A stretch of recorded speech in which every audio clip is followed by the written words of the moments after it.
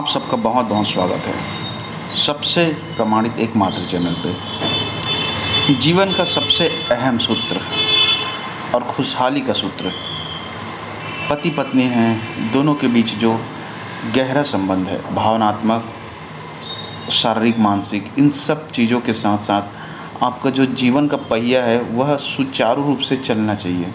लेकिन चलेगा कैसे?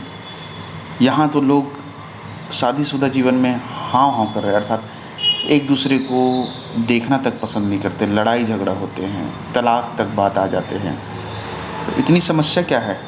तो यहाँ पे मैं कोशिश करता हूँ कि आपको आपकी समस्या से मुक्ति दिला करके फिर से अपने वैवाहिक जीवन को उसी अनुसार बनाएं जिस तरह से एक शुरुआत में आपका शुरू हुआ था। जैसे आप एक दूसरे से मिले थे, देखे थे, बातचीत किए थे, तब आपके मन में उसके प्रति ना तो कोई उम्मीद नहीं था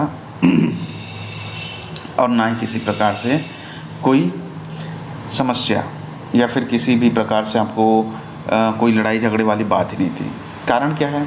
जैसे व्यक्ति के साथ आपका रहना सहना हुआ है और आपके साथ जीवनचर्या शुरू हुआ तो आपकी उम्मीदें बढ़ने लग गया, उसके साथ आपके जो एक रिलेशन है भावनात्मक वह कम होने लग गया।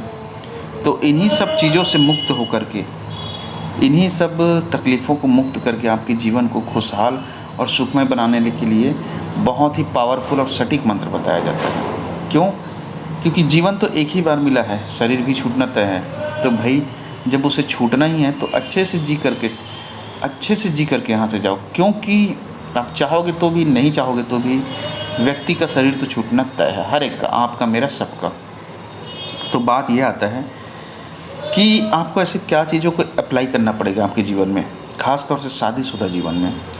तो आपको पहले इन चीज़ों को समझना होगा कि जब व्यक्ति से कोई उम्मीद नहीं रहेगा, ज़्यादा उससे बंधन नहीं रहेगा किसी भी प्रकार से कि जो मैं बोलता हूँ उसे करो, तो व्यक्ति के अंदर एक खुशी महसूस होता है और वही खुशी के कारण रिलेशन जो है, आपका रिश्ता बहुत लंबे समय तक टिकता है और आजीवन पर्यंत वह चलता है।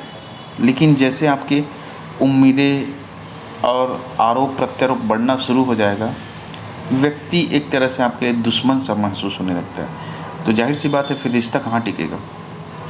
तो रिश्ते को सुधारने के लिए मैं, घमंड, पद, प्रतिष्ठा, इन सब चीज़ों से परे होना पड़ेगा। सिर्फ व्यक्ति है वही आपके लिए काफ़ी, जैसा वैसा स्वीकार के भाव रखना है। अब व्यक्ति दूर तो हो गया है भाई, जाहिर सी बात है, तो उसे लाएंगे कैसे? तलाक होने वाला, उसे रोकेंगे कैसे? लड़ाई झगड़ा इतना ज़्यादा बढ़ गया है, गड्ढा इतना ज़्यादा हो गया, उसे पाटेंगे कैसे?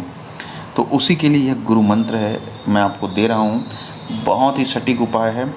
कितना भी बड़ा गहराई क्यों ना हो आपके रिश्ते में, दूरी क्यों ना हो, वह ख़त्म होकर के फिर से पुनः उसी तरह से रिश्ता जीवित हो जाएगा और फिर से आप अपने साथी के साथ जीवन को हंसी खुशी बिता सकते हैं।